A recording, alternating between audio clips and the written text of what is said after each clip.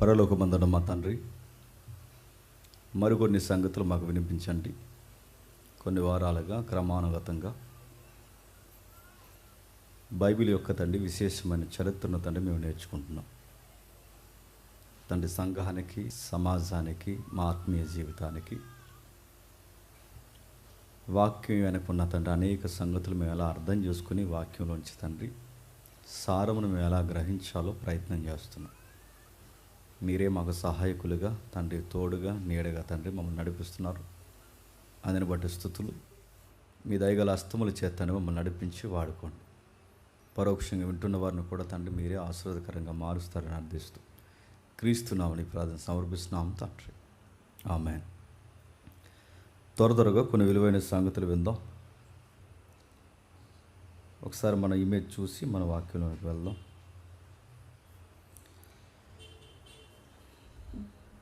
మీ అందరికి కనిపిస్తుందా? కొన్ని వారాలుగా నాకు కొంచెం టీవీ నా కొన్ని వారాలుగా భౌగోళిక చరిత్రను మనం చూస్తున్నాం. ఆ భౌగోళిక చరిత్రను మనం చూస్తున్నప్పుడు కొన్ని వచనాలు మనకు ఖచ్చితంగా అర్థం కావాలి అంటే చరిత్ర చూడాలి, భౌగోళిక సాక్ష్యాలు చూడాలి, దాని వెనకున్న సాంప్రదాయాలు, దాని అడుగులు, వాటి యొక్క పరిస్థితులు ఖచ్చితంగా మనం గమనించాలని నేర్చుకుంటున్నాం. ఓకే, మరి నాకే కాకుండా కొంచెం వాళ్ళకు కూడా ఓకే సరిపోతుంది. మొదటి పేజీలో మనం చూసింది హిస్టారికల్ బ్యాక్గ్రౌండ్ మనం చూస్తాం. రెండవ పేజీలో సోషియో కల్చర్ అంటే సోషల్ కల్చర్ ఏంటో మనం చూస్తాం. ఇప్పుడు మూడవది, ఇక నాకు తెలిసి ఇంకొక వారంలో మన హిస్టరీ మనం ముగించేస్తాం. రిలీజన్ బ్యాక్గ్రౌండ్ మనం చూస్తున్నాం. రిలీజియస్ ఏవైతే ఉన్నావో వీటిని గురించి ఈరోజు మనం ఆలోచించబోతున్నాం. అయితే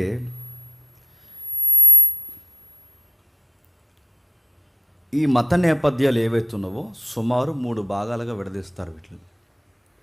వీటిని గురించి మాకెందుకంటే అనుకోకండి, వీటిని గురించి మనకు ఎందుకంటే వీటి ప్రస్తావన క్రొత్త నిబంధనలో అక్కడక్కడ మనకి కనబడుతుంది. పౌలు గారు సువార్తలకు వెళ్ళినప్పుడు ఈ మతాలతో వాళ్ళకి వ్యతిరేకత వస్తుంది. ప్రభు కూడా కొండ మీద ప్రసంగం చేసి ప్రార్థన ఎలా చేయాలో చెబుతున్నప్పుడు ఈ మతాన్ని, దాని యొక్క బ్యాక్గ్రౌండ్ గురించి ప్రభు అయిన యేసుక్రీస్తు వారు మత్తయి సువార్త 5వ అధ్యాయంలో మాట్లాడతారు. అంటే మొదటి శతాబ్దంలో ఏం జరుగుతుందో కొన్ని విషయాలు మనకు తెలిస్తే కానీ క్రొత్త నిబంధనలో అనేక సంగతులు మనకి మింగుడు పడవు.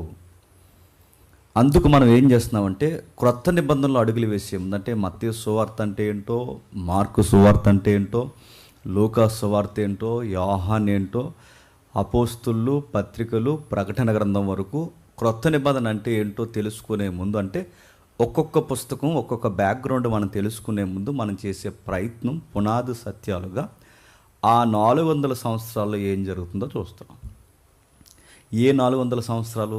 మలాకీకి క్రొత్త నిబంధనకి మధ్యస్థంలో ఏం జరిగింది, ఆ 400 సంవత్సరాల చరిత్రలో మతాలు ఎలా వచ్చాయి, ప్రభుత్వాలు ఎలా వచ్చాయి, ఒకదాని వెనకాల పరిస్థితులు ఎలా జరుగుతున్నాయి, ఇవన్నిటిని మనం చూస్తూ అందులో భాగాలుగా చరిత్ర అంటే ఏంటి, తర్వాతే చరిత్ర చెప్పిన తర్వాత సామాజిక స్పృహ ఎలా ఉందో చూస్తున్నాం. ఇప్పుడు మూడోది మనం మతాలు అంటే మొదటి శతాబ్దంలో మతాల యొక్క పరిస్థితులు చూస్తున్నాం.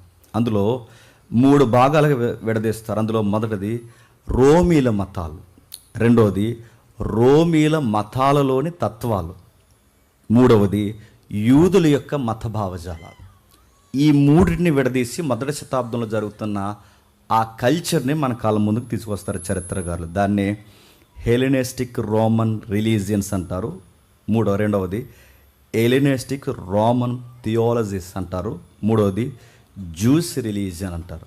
వీటి గురించి మనం మాట్లాడుకుంటున్నప్పుడు అసలు రోమా మతాలను గుర్చిన భావజాలం మనం ఎందుకు నేర్చుకోవాలి అంటే రోమీల యొక్క ప్రతి దేవుడు, ప్రతి దేవత, రోమీలు దేవుడు కానీ దేవత కానీ ఇవన్నీ మళ్ళీ పాటించింది ఎవరంటే, క్షమించండి, రోమీలు దేవతలు కానీ రోమీల యొక్క దేవుళ్ళు కానీ వీటి యొక్క మూలాలు ఎక్కడవంటే గ్రీకు దేవుళ్ళే రోమా దేవుళ్ళు అయ్యారు. రోమీల దేవుళ్ళే ఒకప్పుడు గ్రీకు దేవుళ్ళు.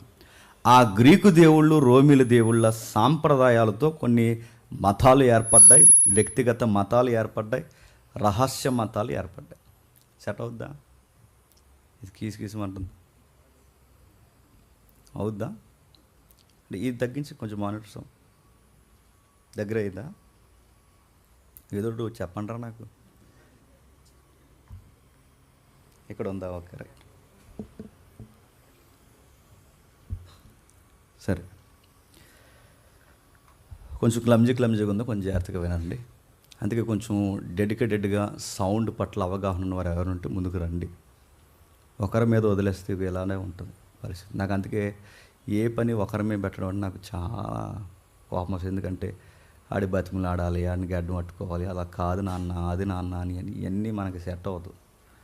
ఒకడు లేకపోతే ఇంకొకటి నేను ఉన్నాను అన్నట్టు రెడీగా ఉండాలి. ఇప్పుడు నేను ఉన్నంతకాలం బోధిస్తాను, రేపు పొద్దున్న నాకు ఏదో అవుద్ది, అవదా, ఏదో అవుద్ది, నా వయసు అవుద్ది, లేకపోతే నాకు ఏదో జరుగుద్ది. తర్వాత అక్కడితో ఆగిపోకూడదు.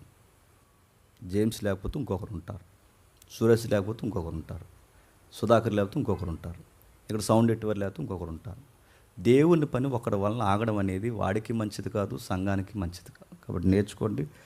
మీకు ఎవరికి రాదని చెప్పండి, సౌండ్ ఇంజనీర్ మనం హోమ్ థియేటర్లో పిహెచ్డీ చేస్తాం. మీ వల్ల అవుదని చెప్పండి, నేను సెట్ చేస్తాను. సరే, ఏదైనా చూద్దాం ఒకసారి. ఆ సెట్టింగ్ ఏదో ఆప్షన్ ఉంటుంది అనుకోండి, ఇంకెప్పటికీ కదపకుండా అది లాక్ చేసి. ఓకే, చూద్దాం. రోమిల మతాలు.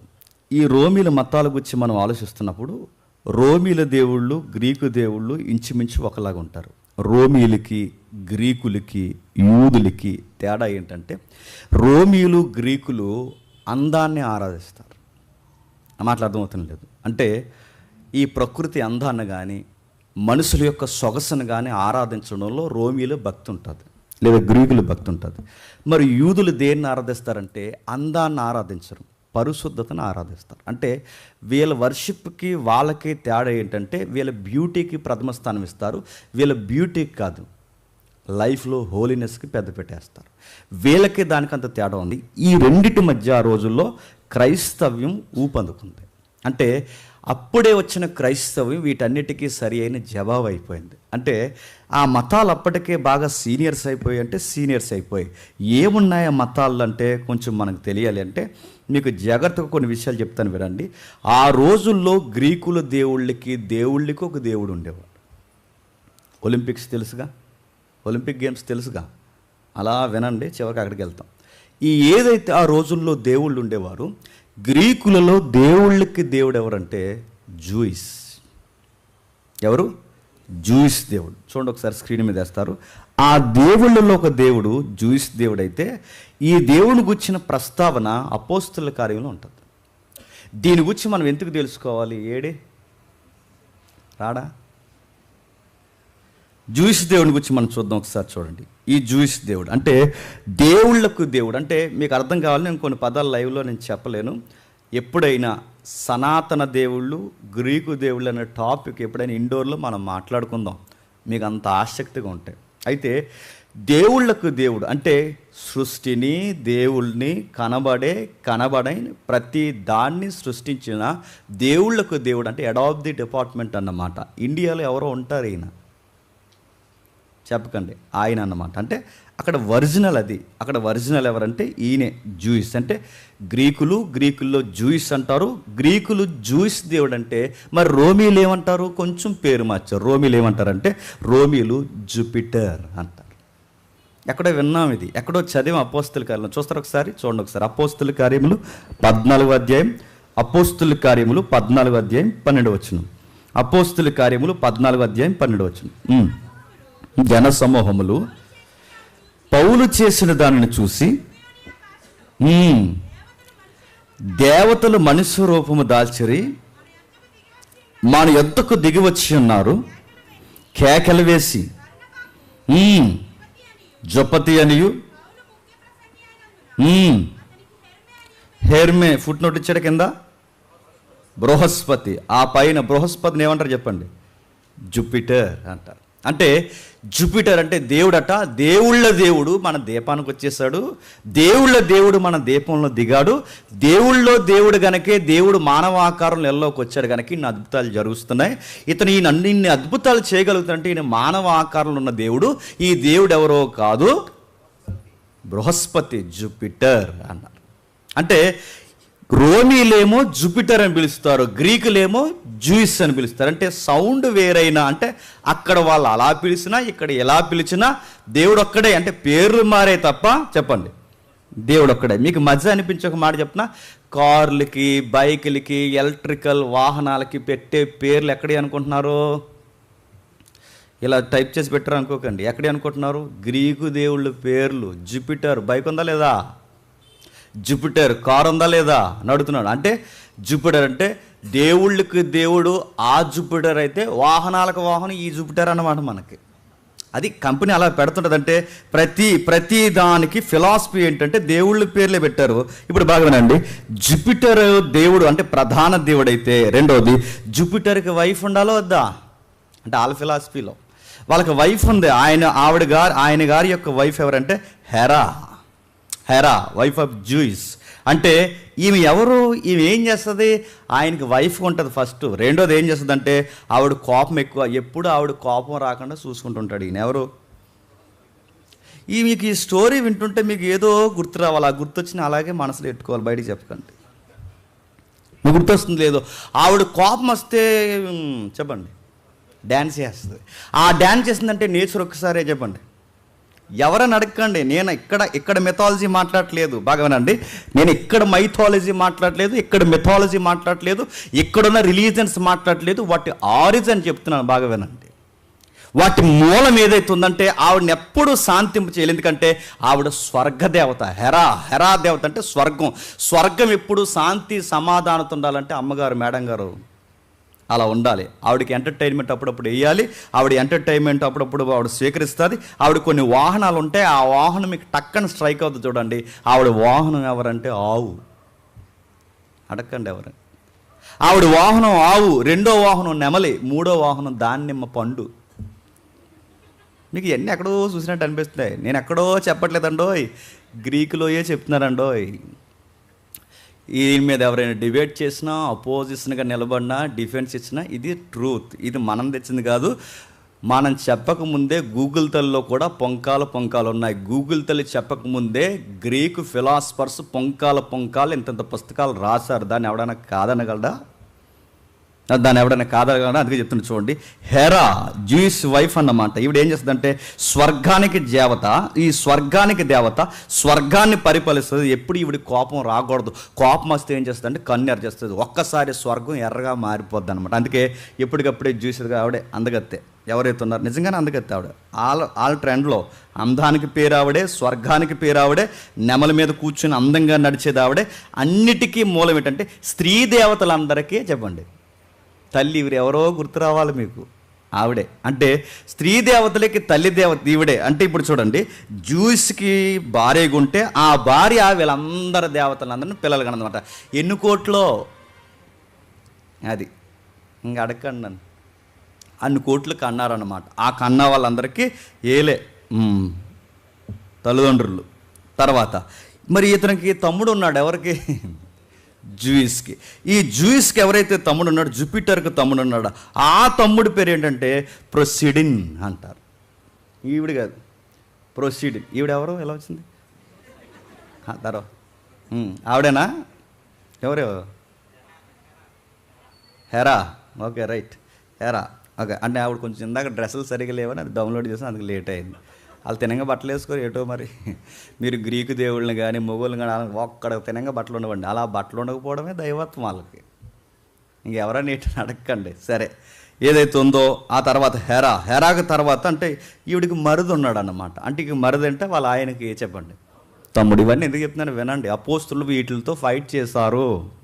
మొదటి శతాబ్దపు క్రైస్తవం క్రొత్త నిబంధన రాయబడుతున్నప్పుడు వీటి విషయంలో వాళ్ళకి ఈ పరిస్థితులు ఎదురయ్యాయి. అయితే వీటికి తమ్ముడు ఉన్నాడు. ఈ తమ్ముడు ఎవరంటే ప్రొసీడిన్ అంటారు. ప్రొసీడిన్ దేవుడిని ఒకసారి చూపించి తమ్ముడు. ప్రొసీడిన్ ఎవరైతే ఉన్నాడో ఆ ప్రొసీడిన్ దేవుడు ఈయన ఏం చేస్తాడంటే ఈయన సముద్రానికి దేవుడు. అడుగో అంటే సముద్రం కూడా దేవుడే. సముద్రం దేవుడు, నది దేవుడు, గాలి దేవుడు, ధూళి దేవుడు, చెప్పండి ఇంకా వీటన్నిటికీ మూలం దేవుడు ఎవరు? ఆయనే. సముద్రాన్ని అలా ఎప్పటికప్పుడే పొంగు లేపి, పొంగు అనిసి, కెరటం ముందుకెట్టి, కెరటం వెనక్కెట్టి, అప్పుడప్పుడు అది ఉంది చూస్తారా, దాని పేరు నడుతున్నాను. మనం రాసికి రాలేదండో ఏమని చెప్తున్నాను. ఆయన చేతిలో ఉన్న దాని పేరు చెప్పండి, చెప్పండి, ఏది చెప్తున్నారు చెప్పండి. అదే ఏ శూలం, అది అడుగుతున్నాను. ఇప్పుడు ఈ త్రిశూలం అనే వర్డ్ ఎక్కడ కొత్తగా వచ్చిందా? గ్రీకుల దగ్గర ఉంది. నడుతున్నాను. ఈ త్రిశూలం ఆయుధం ఏదైతే ఉందో ఆ త్రిశూలాన్ని పట్టుకొని సముద్రాన్ని ఎప్పటికప్పుడు ఆపరేట్ చేస్తాడు. అప్పుడప్పుడు ఆయన కోపం వస్తే చెప్పండి ఇలా పైకెత్తే సునామీ వచ్చేస్తుంది అనమాట. అలా అంటే సునామీ దేవుడు ఎవరు? ఆయనే. సముద్రం దేవుడు ఎవరు? ఆయనే. ప్రొసీడింగ్ ఆయనే. అందుకే ఈయన ఏం చేస్తాడంటే, బాగా వినండి, ఈయన ఏం చేస్తాడంటే సముద్రాన్ని ఎప్పటికప్పుడే తరంగాలు పొంగిపోకుండా ఆపుతుంటాడు. లోపల ఉన్న జీవులన్నింటినీ ఈయనే ఆహారం పెట్టి పెంచుతుంటాడు అనమాట. డాల్ఫిన్స్ ఎలా తిరగాలని చెప్తుంటారు ఆయన. ఇంకా నెక్స్ట్ ఇంకేం చెప్తారంటే ఈయన్ని రోమీలు ఏమని పిలుస్తారంటే జునో, నెక్స్ట్ నెప్ట్యూన్ అని పిలుస్తారు. ఇవన్నీ మీకు ఎక్కడో సౌండ్లు వింటున్నట్టు ఉన్నాయి మనకి కదా. బాగా జూనో మంత పేరు, నెప్ట్యూన్ అంటే గ్రహం పేరు. అంటే ఈ పేర్లన్నింటినీ అంటే గ్రీకులు ఒకలా పిలుస్తున్నారు చెప్పండి, రోమీలు ఒకలా పిలుస్తున్నారు. ఎలా పిలిచినా దేవుడు మాత్రం అక్కడే. నెక్స్ట్ ఇంకా దేవుడు ఎవరు ఉన్నారు? అపోల్లో.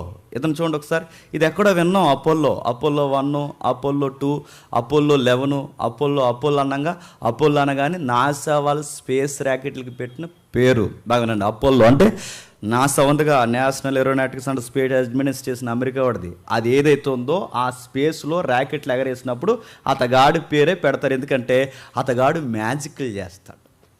అంటే మానవుడు అన్నవాడు భూలోకం నుంచి ఈ స్పేస్లోకి వెళ్తున్నాడంటే అది ఒక మ్యాజికే కదా మనకు, అంటే అద్భుతం లాంటిది. అలాంటి అద్భుతాలు చేసే ర్యాకెట్ కనుక ఆ ర్యాకెట్కి ఏమని పేరెట్టారంటే చెప్పండి, అపోల్లో. అంటే అపోల్లో అనగానే మీరు బండ గుర్తుపెట్టుకోండి. ఒలింపిక్స్ దేవతలు 9 ఉంటాయి. 9 దేవతలు, ఒలింపస్ దేవతలు 9 ఉంటే ఆ 9లో యాక్టివ్ దేవుడు ఎవరంటే ఈడే. ఇప్పుడు వీలైతే లాస్ట్ ఒలింపిక్స్కి లాస్ట్ సపర్ పెట్టి అవమానించారు, అది కూడా దగ్గర పెట్టి. ఓకే, ఏదైతే ఉందో ఆయన చూడండి, ఈయన ఏం చేస్తాడు ఇంకా దేనికి గుర్తంటే మంచి మ్యూజిక్కి ఈయన ఫేమస్. ఎవరు? అపోల్లో అంటే మంచి సంగీతం అన్నమాట. సంగీతం దేవుడు ఉన్నాడా లేదా? ఎవరో ఉన్నారు, మన కాంప్రెస్ బాక్స్ మీద ఉండేవాడు, అది ఆయనే. అడుగుతున్నాను జస్ట్ మన డౌన్లోడ్, మీకు అన్నీ నేను వివరించలేను ఎందుకంటే లైవ్ వెళ్తుంది, వెళ్ళి చెప్తున్నాను. నెక్స్ట్ బాగా వినండి, ఈయనే మ్యూజిక్ దేవుడు, ఈయనే మ్యాజిక్ దేవుడు, ఈయనే నెక్స్ట్ భవిష్యత్తు చెప్పే దేవుడు, ఈయనే ఇంకా చెప్పాలంటే వైద్య దేవుడు కూడా ఈయనే. అంటే ఇన్ని ప్రొఫెషన్స్ ఉన్నాయన్నమాట ఈయనకి. అంటే మ్యూజిక్ ఇచ్చేస్తుంటాడు, అలాగే మ్యాజిక్ చేసేస్తుంటాడు. నెక్స్ట్ ఏం జరగబోతుందో ప్రవచనం చెప్పేస్తాడు. ఎవరికన్నా బాగోకపోతే చెప్పండి స్వస్థపరుస్తాడు. ఇన్ని చేస్తాడు. ఇంకా నెక్స్ట్ ఇంకెవరున్నారో ఆ టైంలో దేవుళ్ళు అంటే అక్కడ అపోల్లో. అంటే అపోల్లోని కామన్గా గ్రీకులు అపోల్లో పిలుస్తారు, నెక్స్ట్ రోమీలు అపోల్లో అని పిలుస్తారు, ఇద్దరిని. అంతే, మన తెలుగులో ఆయన అనమాట. డ్యాన్స్ చేస్తారు కదా ఆయన. ఇవన్నీ మనకు తెలియదు, మన వాళ్ళు పిల్లలు అప్పుడప్పుడు నేర్పిస్తారుగా అని అడుగుతున్నాను. కొన్ని మనం చేస్తున్న పనులకి ఐడల్ వర్షిప్కి సంబంధం ఉన్నప్పుడు ఎందుకు పులిపేట మీద నిలబడి దైవజనులు చేయొద్దంటారంటే మనం చేసే కొన్ని పనులకి ఐడల్ అంటే విగ్రహ ఆరాధనలకి సంబంధం ఉంటాయి. యోగా ఎందుకు వద్దంటాం? దానికి ఐడల్ వర్షిప్కి లింక్ ఉంది కనుక. ఈ టైపు తలాము తకదిం ఎందుకు వద్దంటారు చెప్పండి? దానికి లింక్ ఉంది కనుక. ఎందుకు వద్దంటారంటే ఐడల్ వర్షిప్కి లింక్స్ ఉంటాయి కనుక అందుకు వద్దంటారు. ఎందుకంటే అవి దేవునికి కొన్ని వ్యతిరేకమైన పనులతో ముడిపడిన భంగిములు ఉన్నాయి కనుక. నెక్స్ట్ అపోలో తర్వాత ఇంకెవరు ఉన్నారంటే అర్తిమాస్, అంటే అర్తిమీ దేవి. ఆవిడనే రోమీలు ఏమని పిలిచారంటే, అర్తిమాస్ అని గ్రీకులు పిలిస్తే రోమీలు ఆవిడని ఏమని పిలుస్తారంటే డయానా అని పిలుస్తారు. ఏమని? డయానా. ఇది ఈవిడే డయానా. చూడండి, మీకు ఈవిని చూస్తే ఎవరో గుర్తు రావాలి, ఆ స్టైలు, ఆ చేతులు, ఆ వ్యవహారం అంతా. ఎవరన్నా అడగండి, గొడవలు అయిపోతే మీకు బాగానే ఉంటారు. ఓగయ్య ఆవిడని చూస్తుంటే ఎవరో గుర్తొస్తున్నారు చూడండి. ఆ ఎదర మీకు ఏవో కనబడుతున్నాయి, అవి ఏంటి శతమానాలు అనుకోకండి, అవేవో కనబడుతున్నాయి కదా అదేదో వడ్డానం అనుకోకండి. ఆ కనబడుతున్నవి ఏవైతున్నావో మీకు అవేంటి ఇంకా నాకు గుర్తురా, నక్లీస్ అనుకోకండి. ఆ కనబడుతున్నవి ఏంటంటే తప్పుగా అనుకోకండి, అలా ఉంది, హిస్టరీ చెప్పకుండా ఉండలేను. ఆమె బ్రెస్ట్, అన్ని బ్రెస్ట్లు ఎలా ఉన్నాయంటే ఆమెకు ఎందుకని ఇచ్చారంటే వాళ్ళ నమ్మకాల్లో పిల్లలు లేని వారికి పిల్లల్నిచ్చే దేవత గనక, పిల్లలు లేని వారికి సంతానం ఇచ్చే దేవత గనక, సంతానం అందరికి ఇస్తారు కనుక అలా చూపించారు ఆవిడ.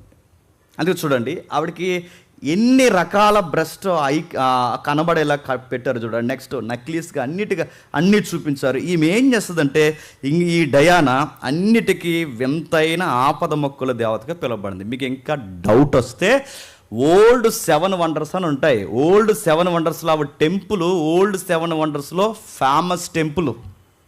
ఓల్డ్ 7 వండర్స్, న్యూ 7 వండర్స్ ఉన్నాయిగా. పాత 7 వింతలలో ఒక వింత ఈ మేడం గారి గుడే. ఒకసారి చూపించుతాముడు.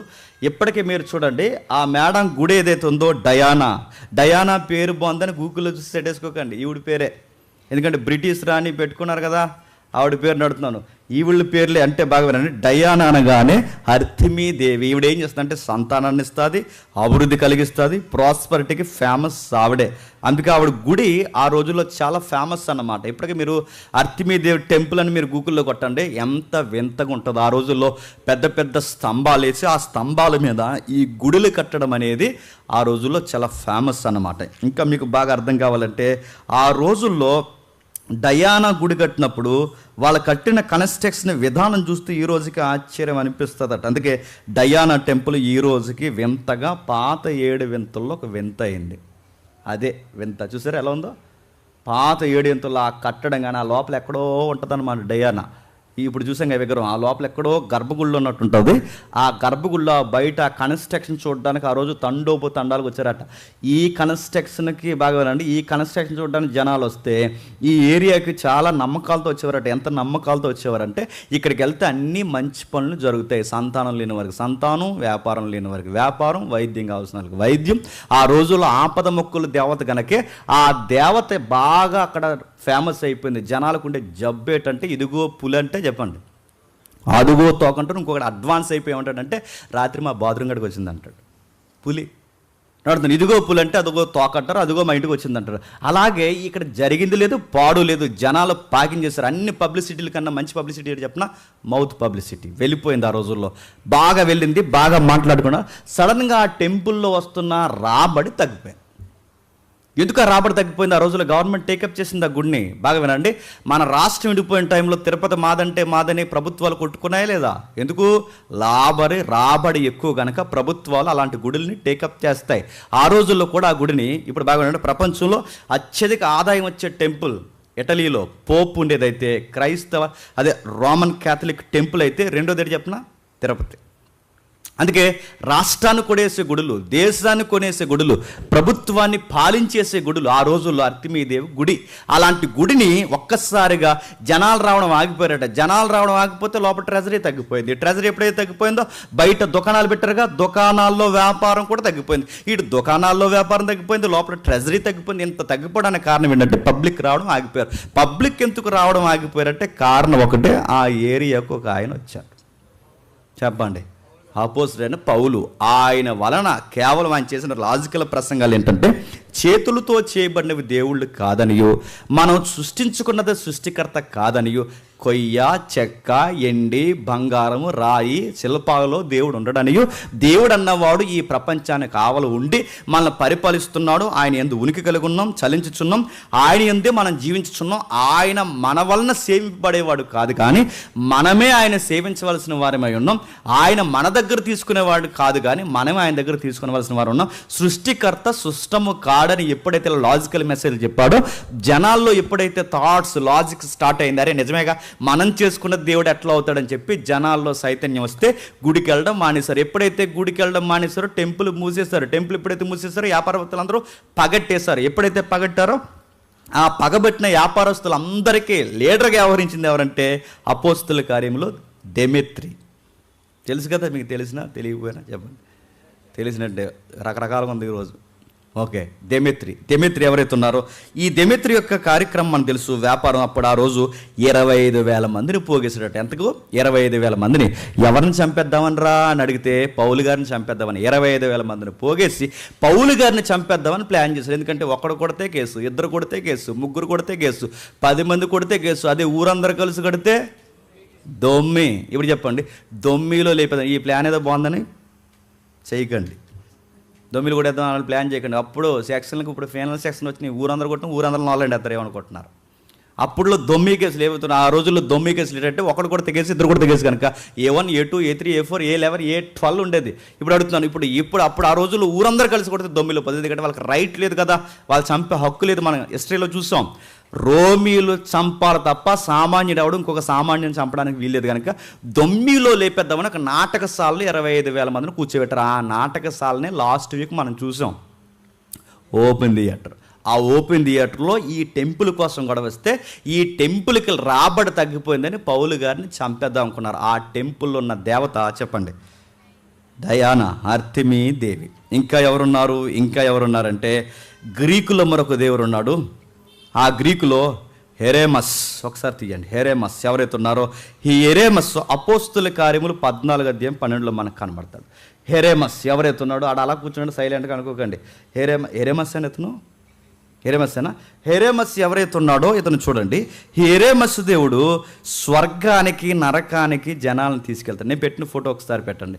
స్వర్గానికి నరకానికి వారధిగా పనిచేస్తాడు అనమాట. అంటే మీకు అర్థం కావాలి, ఆడు ఒకసారి ఇలా చేతులు ఎత్తున్నారు కదా, ఒకసారి స్వర్గానికి నరకానికి అంటే ఇండియాలో మనకి ఇతను కనబడుతుంటాడు. అంటే మనకి ఇతని డెమో మనకు కనబడుతుంది. అంటే పేర్లు మారే బాగా వినండి. గ్రీకు నుంచి రోమిలికి దేవుళ్ళు వస్తే దేవుళ్ళు అలా ఉన్నారు, పేర్లు మారారు. అక్కడోళ్ళు ఇక్కడికి వస్తే దేవుళ్ళు అలాగే ఉన్నారు. అది ఈడు కాదు, నేను పెట్టిన లింక్ ఉంటుంది చూడండి. ఇతను అపోలోగా, నన్ను కంగారు చేయకండి.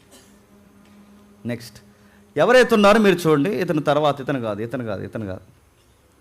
నెక్స్ట్ లేరా, సరే ఏదైతే ఉందో హెరేమస్ అనేవాడు ఏం చేస్తాడంటే మనుషులకి స్వర్గానికి నరకానికి తీసుకెళ్ళడానికి ఇలా గాల్లో వచ్చేస్తుంటాడు. ఇలాగ చేతిలో ఒక తోడు ఉంటుంది ఆయనకి. ఆయన ఎవరో చెప్పండి, అది ఆడే హెరేమస్ ఎవరైతే ఉన్నాడో జనాలు బతిలాడుకుంటారన్నమాట. మమ్మల్ని నరకానికి పంపుకు, ఆ కోపంలో మమ్మల్ని వేయకు, సోలం మాకు దించుకో అంటారు వాళ్ళే.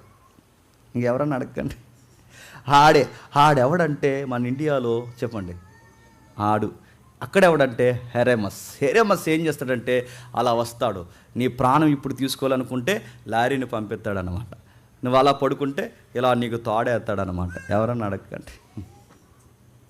వీళ్ళందరూ వాళ్ళే నడుతున్నాను, అక్కడోళ్ళే. అందుకే హెరేమస్ దేవుడు. అందుకే ఇతను అపోస్తుల కార్యంలో పేరెట్టారు హెరేమస్ దేవుడు. ఏమని పేరెట్టారు ఒకసారి చూడండి. ఒకసారి అపోస్తుల కార్యంలో 14 హెర్మే చూసారు, సేమ్ సౌండ్ ఉంది చూడండి. హెర్మే దేవుడు అంటే హెర్మే దేవుడు అన్నమాట. ఈ దేవుడు ఆ రోజులు ఉండేవాడు. నెక్స్ట్ ఇంకేముంది ఒకసారి చూడండి. రోమన్స్ మరొక దేవుడు ఉంది, హెరేస్ అంటే హెరేస్ అని పిలుస్తారు. ఒకసారి అది చూపించండి ఒకసారి. హెరేనస్ అంటే గాడ్ ఆఫ్ వార్ అని ఉంటుంది చూడండి. ఈడే హెరేమస్, గాడ్ ఆఫ్ వార్ ఈడే. రోమన్స్ ఎవరైతే ఉన్నారో అటు ఇటు పిలుస్తారు. యుద్ధ దేవుడు అంటే విజయం రావాలన్నా, ఏది జరగాలన్నా, ఎవరికి మొక్కుపోవాలంటే చెప్పండి హెరేమస్ పోవాలి. హెరేమస్ని ఏమని పిలుస్తారంటే మార్స్ అంటారు. మీకు అన్నీ ఎక్కడ సింక్ అవుతున్నాయి. మార్స్ అంటే ఈ మార్స్, జూపిటర్, ఈ పేర్లు మీకు కనబడుతున్నాయిగా. ఏవైతే ఉన్నావో హెరేమస్ని మార్స్ అంటారు. ఇతను ఏం చేస్తాడంటే గాడ్ ఆఫ్ వార్ అంటారంటే యుద్ధానికి దేవుడు. యుద్ధానికి పోయే ముందు దున్నపోతునో, యుద్ధానికి పోయే ముందు మేకపోతునో, యుద్ధానికి పోయే ముందు చిన్న కోడినో, యుద్ధానికి పోయే ముందు ఈ దేవుడికి రక్తం ఇస్తే ఆ రక్తం కోసం వీళ్ళకి విజయం ఇచ్చేదన్న రక్తం దేవుడు. నడుతాను అంత దునపోతుల మీద ఉంటున్నాడు ఆయన. దొరకవేండి దునపోతులు. ఎవడో దునపోతు తెచ్చి ఆ మీకు ఎక్కడో సింక్ అవుతున్నాయి ఇవన్నీ. అడుగుతాను ఇప్పటికీ మీకు ఈ లోపలికి అంటే మనం కర్నూలు నుంచి అవుట్స్కట్స్ ఇంకా రాయలసీమ అలా బార్డర్, మన కర్ణాటక బార్డర్ వరకు వెళ్ళిపోతే ఇప్పటికీ వాళ్ళ విజయాల కొరకు వాళ్ళ ఊర్లు బాగుండాలని ఆ ఏరియాస్లో ఇప్పటికీ దున్నపోతుల్ని వందల దున్నపోతుని బలేస్తారని మీరు నమ్మగలరా? మొన్న ఆ ఏరియా వెళ్ళాం, డైరెక్ట్ అదే ఊళ్ళో నిలబడ్డాం. నెక్స్ట్ డే పండగ, ఆ పండగ మీద ఈ ప్రసంగం చెప్పాను. నాకు కూడా వచ్చిన వాళ్ళు కంగారు అయిపోయారు. వెళ్తామా ఇంటికి అన్నారు. వెళ్ళకపోతే ఇలాగ వెళ్తాం అని చెప్తున్నాడు. అడుగుతున్నాను ఏమవుద్ది అదే పాటిస్తున్నారంటే ఇప్పటికీ ఆ ఫిలాసఫీలు ఉన్నాయంటే ఇప్పటికే ఉన్నాయి ఆ ఫిలాసఫీలన్నీ. అందుకే చూడండి, ఆ రోజుల్లో విజయానికి దేవుడు, వారు దేవుడు అంటే యుద్ధ దేవుడు ఎవరంటే ఇదిగో హెర్మో అపోస్తలుగా ఉందిగా, ఆ దేవుడే. నెక్స్ట్ ఇంకెవరున్నారు? వేనస్. ఈయనెవరు? క్షమించండి, ఈవిడెవరు? హేనస్ అంటే ఒకసారి చూడండి, లేడీ ఉంటుంది. వేనస్ లాస్ట్ ఆవిడే. వేనస్ ఎవరైతే ఉందో ఈవిడ ఒక అందాల దేవత. మార్స్, జూపిటర్, వేనస్ ఇంకా మీకు కనబడుతుంది. ఈ పేర్లని మీకు కనబడుతున్నప్పుడు మీకు అర్థమైపోవాలి. మీకు అర్థమవుతున్నాయి లేదు అంటే వేనస్ ఎవరంటే అందానికి పేరు ఈవిడే, ప్రేమకు పేరు అంటే ప్రేమ దేవత. చూడండి, ఇంకా చాలా దారుణంగా ఉంది. ఇంకా అది మాత్రమే కట్ చేస్తాం, ఎందుకంటే మరి ప్రేమ ఎక్కువ ఆవిడకి.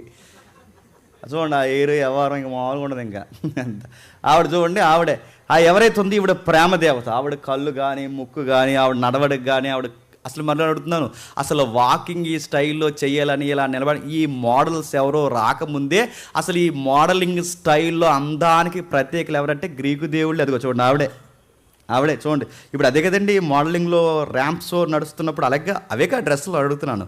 ఇప్పుడు అవేగా డ్రెస్సులు అలాగే కదా నడుస్తారంటే ఈ స్టైల్ అన్నిటికీ పెట్టింది పేరు ఆళ్ళే. ఆవిడ అందానికి దేవత. ఆవిడకి అందం ఎక్కువే, ప్రేమ ఎక్కువే. అందరిని ప్రేమించేస్తుంటుంది ఏటో మరి, ఒకరు ఉండరు ఆవిడకి.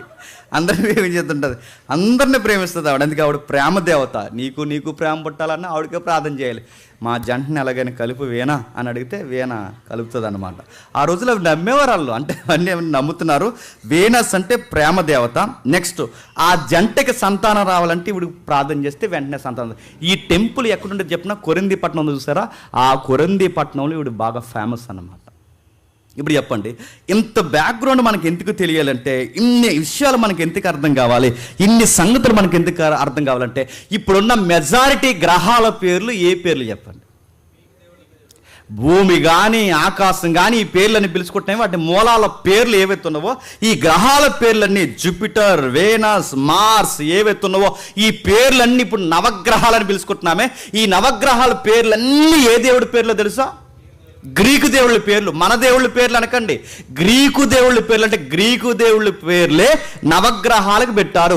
అందులో ఉన్న కొన్ని పేర్లే అంటే నెలలకు పెట్టారు. అందులో ఉన్న కొన్ని నెలల పేర్లే రాజుల పేర్లు కూడా పెట్టారు. మీరు ఎక్కడ మీరు తిప్పి మీరు చరిత్ర కానీ క్యాలెండర్ కానీ సోషల్ కల్చర్ కానీ ఏదైనా మీరు కదపండి, బైబుల్ ఈ విషయాన్ని టచ్ చేయలేదని ఒక పాయింట్ చూపించండి. ప్రతి దాన్ని బైబిల్ టచ్ చేస్తుంది.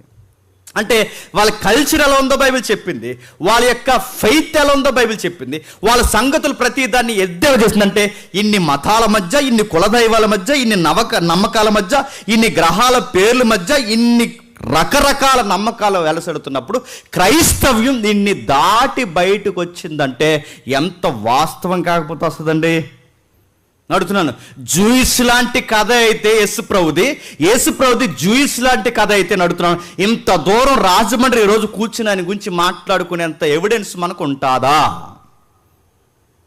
ఊహల వేరు, వాస్తవాలు వేరు, కలుపుతం వేరు, కథనం వేరు. మళ్ళీ చెప్తున్నాను, జరిగిన విషయాలు వేరు, జరిగినట్టుగా చూపించే స్టోరీలు వేరు. వాళ్ళన్ని స్టోరీలు, అందుకే గ్రీకు మిథాలజీ అంటారు. నెక్స్ట్ మనది మిథాలజీ అంటే ఏంటి?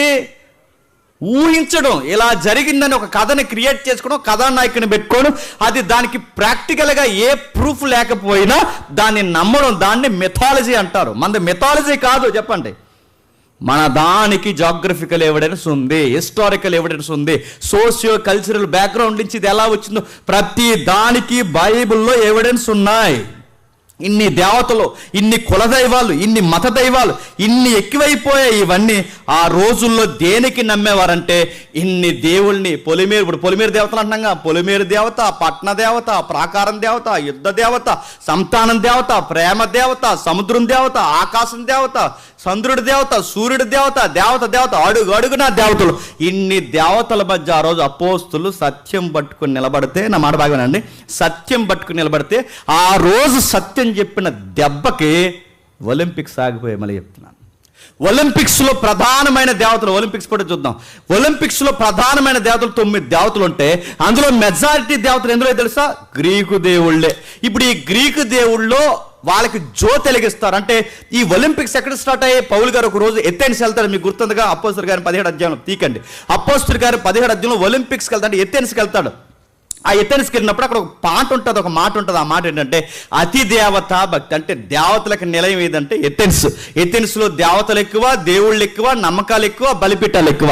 ఆ నమ్మకాలు, బలిపీఠాలు, దేవుళ్ళు ఎక్కువ కనుక ఆ దేవుళ్ళ పేర్ల మీదే ఆటల పోటీ పెట్టేవారు. ఆ ఆటల పోటీల్లో ఈ రోజుకి నిలుస్తున్న ఆట ఒలింపిక్స్. ఇలాంటి ఒలింపిక్స్ దేవుడు దేవతల పేర్ల మీద జరిగితే సత్యదేవుడిని ఎప్పుడైతే ఈ దేవుడిని పరిచయం చేశారో, సత్యమైన తర్వాత ఐడల్ వర్షిప్ చేయకూడదని పబ్లిక్ ఎప్పుడైతే అర్థమైందో, విగ్రహ ఆరాధన, వాటి ఆటలు, వాటిలో పాటలు, తినడం, తిరగడం, తాగడం, తందనాడడం, ఆట పాట, ఈ దేవుళ్ళ పేరు మీద చేయకూడదని సువార్త ఎప్పుడైతే చెప్పిందో, ఆ సువార్త చెప్పిన మొదటి 2-3 శతాబ్దాల దెబ్బకి ఒలింపిక్ గేమ్స్ ఆగిపోయి. అంటే పౌలు గారు క్రీస్తు పూర్వం 70 నుంచి 77 నుంచే ఒలింపిక్స్ స్టార్ట్ అయ్యాయి. క్రీస్తు పూర్వం నుంచి ఒలింపిక్స్ క్రీస్తు పూర్వం 70 నుంచి స్టార్ట్ అయినా క్రైస్తవం వచ్చిన తర్వాత ఒలింపిక్స్ ఏమైంది చెప్పినా ఆగిపోయింది. ఆగిపోయిన ఒలింపిక్స్ మళ్ళీ ఎప్పుడు స్టార్ట్ అయ్యి చెప్పినా 19వ శతాబ్దం చివరిలో స్టార్ట్ అయ్యాయి. అంటే ఆ రోజు అపోస్తులు చెప్పిన సువార్తకి ఈ దేవతలు దేవుళ్ళు వీళ్ళ గేమ్స్ అన్నీ పక్కకు పోయి అపోస్తులు చెప్పిన దేవతకి దేశ అధినేతలు కూర్చుని ఆడుతున్న ఆటలు సైతం ఆపేశారు. వాళ్ళ దెబ్బకి ఈ గేమ్స్ అన్ని ఆగిపోయి అపోస్తుల బోధకి ఒలింపిక్స్ గేమ్స్ అన్నీ ఆపేసి దేశాలు దేశాలు దేవునికి దాసోహం అయితే, ఇప్పుడు మనం చేస్తున్న సువార్తకి దేశాలు దేశాలు దేవునికి దాసోహం అవ్వలేదు చెప్పండి, మళ్ళీ దయ్యానికి దాసోహం అయ్యాయి. ఇప్పుడు చెప్పండి, ఈ ఒలింపిక్స్లో మీకు బాగా వినండి, ఇంత రిలీజియన్ బ్యాక్గ్రౌండ్, ఇన్ని ఫిలాసఫీల బ్యాక్గ్రౌండ్ మనకు తెలియదు, కానీ దయ్యంగాడికి తెలుసా తెలీదా? వాడికి కావాలని మన లాస్ట్ ఒలింపిక్స్లో ఆ సన్నాసిగాడు దయ్యంగాడు కావాలని ఒలింపిక్స్లో ఎవరిని ఎక్కిరించాడు ఒకసారి చూడండి. ఇన్నిటిని ఆపేసిన, ఇదిగో చూడండి, ఇన్నిటిని ఆపేసిన గేస్ వాళ్ళందరూ, లెస్బిషన్స్ వాళ్ళందరూ, ఎల్జిబిటీ వాళ్ళందరూ, మీరు చూడండి, ఆ కూర్చున్నాడు సెంటర్లో కూర్చున్నాడు గే, ఆ వెనకాల కూర్చున్నది లెస్బిషియన్, వీళ్ళందరూ ఆడోళ్ళతో ఆడోళ్ళు, మొగోళ్ళతో మొగోళ్ళు, ఆడ మగ కానీ ఈ సన్నాసిగాళ్ళందరూ ఒలింపిక్స్ గేమ్స్లో ఒక డెమో ఇచ్చారు. ఆ డెమో దేనికి ఇచ్చారు చెప్పనా? మీరు బాగా ఆ ఒలింపిక్స్ గేమ్స్లో డెమో అంటే సాంగ్ డెమోస్ ఇస్తారు, మ్యూజిక్ డెమోస్ ఇస్తారు, ఇవన్నీ డెమోస్ ఇస్తారు. లాస్ట్లో ఒక ఈవెంట్ చేస్తారు. ఆ ఈవెంట్ అంటే లాస్ట్ అంటే ఆ డే స్టార్ట్ అవుతున్న ఒక లాస్ట్ ఈవెంట్ చేస్తారు. ఆ ఈవెంట్ ఎవరిని అవమానించడానికో తెలుసా? లాస్ట్ సపర్ని అవమానించడానికి. గుర్తుపెట్టుకోండి, ప్రభు అయిన యేసుక్రీస్తు వారు లాస్ట్ సపర్లో కూర్చుంటాడు, ప్రభురాత్రి భోజనంలో కూర్చుంటాడుగా.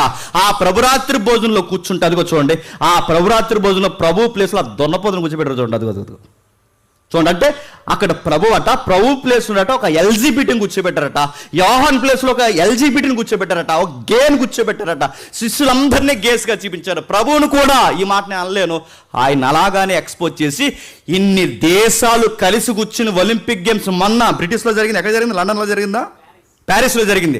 మొన్న ప్యారిస్లో జరిగినాడు ప్యారిస్ ఒలింపిక్స్లో. ఇదిగో చూడండి, ద్రాక్షరసం వైన్ కలర్ వేసుకునంటే ప్రభు ద్రాక్షరసం ఇస్తాడుగా లాస్ట్ సప్పర్లో, వాడు వైన్ కలర్ వేసుకునంటే ఆ ద్రాక్షరసం కలర్ వేసుకుని ఆ లాస్ట్ సప్పర్ అనే పల్లెంలో వాడు ఎంత గేగడు ఎలా కూర్చున్నాడు మీరు చూడండి. వీళ్ళు తెలిసి చేసే తర్వాత సారీ చెప్పారు, దేశాలన్నీ బాయ్కట్ చేశాయి, ఒలింపిక్స్ వద్దన్నాయి. క్రిస్టియన్ క్రీడాకారులు ఎవరైతే ఉన్నారో మేము ఆడమని చెప్పారు, బాయ్కట్ ఒలింపిక్స్ అన్నారు. ఎందుకు చెప్పినా ఇది ప్రభు యొక్క సంస్కరణాన్ని ఎక్కిరించడం అన్నారు. నడుపుతాను, వీళ్ళతో ఇలాంటి పని ప్రకృతికి విరుద్ధమైన ఈ పనులు ఇలా చేయడానికి పగ ఎవరికి ఉండిపోయిందో చెప్పనా? నాకు తెలిసిన చరిత్ర చెప్తున్నాను. ఈ ఒలింపిక్స్ను అడ్డు పెట్టుకుని దేవుడి మీద పగ పెట్టుకునేది ఎవరో? అపవాది. మళ్ళీ చెప్తున్నాను, ఎందుకంటే వీడి ఏజెంట్లు, గతంలో ఉండే వీడి ఏజెంట్లు, గ్రీకు దేవుడు జూయిస్, అపోల్లో ఎవరైతే ఉన్నారో ఈ ఏజెంట్లు, అంటే దయ్యంగాడికి ఏజెంట్లు ఎవరంటే ఇక్కడ జరుగుతున్న ఐడల్.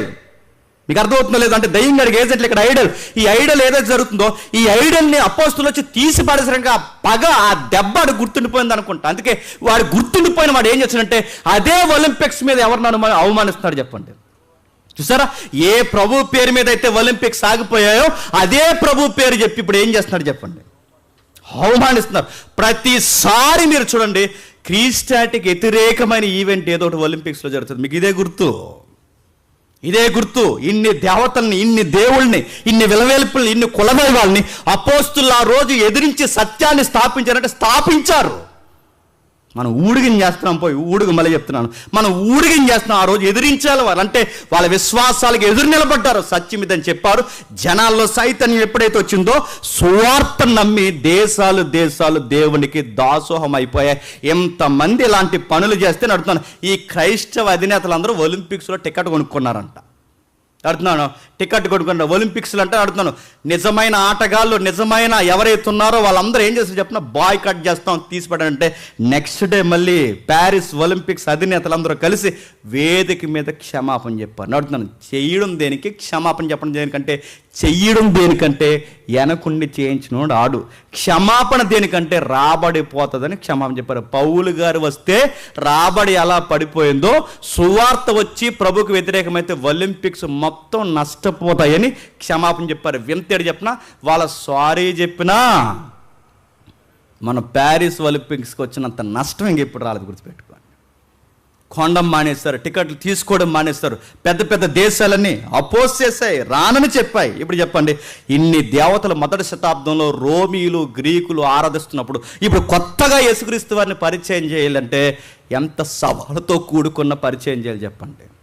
అందుకే వాళ్ళు వచ్చారు, సువార్త చేశారు. ఇంకా ఏం జరిగింది ఇప్పుడు బాగా వినండి. ఇవి మతాలు, అంటే రోమీల మతాలు, నెక్స్ట్ గ్రీకుల మతాలు. ఇవి రిలీజియన్ బ్యాక్గ్రౌండ్, రోమీల మతాలు, గ్రీకుల మతాలు. ఇవి మతాలతో సమ్మేళనమైనవైతే వ్యక్తిగత మతాలు ఉండేవి. వ్యక్తిగత మతాలు అంటే ఏంటి? పర్సనల్గా నేను ప్రాక్టీస్ చేస్తానన్నమాట. పర్సనల్గా ప్రాక్టీస్ చేసే మతాలు ఏముంటాయి అబ్బా అంటే మీరు అనుకోవచ్చు, అందులో ఒకటి సోది. ఏంటది? సోది. సోదంటే సోది కాదు. మీరంటే సోదంటే ఏమనుకుంటారంటే ఏం తినాలి, ఏం కట్టుకోవాలి, రేపు నేను ఊరెళ్ళాలా వద్దా, ఇవన్నీ నాకు ఎవరు చెప్తారంటే ఒకడు ఉంటాడు. ఎవడు చెప్పండి? సోది చెప్తారు. ఈ సోది చెప్పేవాడు ఏం చెప్తారంటే బాగా వినండి, అసలు మతాలు అయిపోయి వ్యక్తిగత మతాలు. అంటే దీన్ని ఏం చేస్తారంటే దీని బ్యాక్గ్రౌండ్ ఏంటంటే ఏమి తినాలో ఏమి తినకూడదో వీటన్నిటిని సోదులో చెప్తారన్నమాట. దీన్నే ప్రభువు అయిన యేసుక్రీస్తు వారు కొండ మీద ప్రసంగంలో చెప్పాడు. చూస్తారు ఒకసారి, క్షమించండి, మత్తయి సువార్త త్వరగా, మత్తయి సువార్త 6వ అధ్యాయం 4-5 వచనాలు చూడండి ఒకసారి.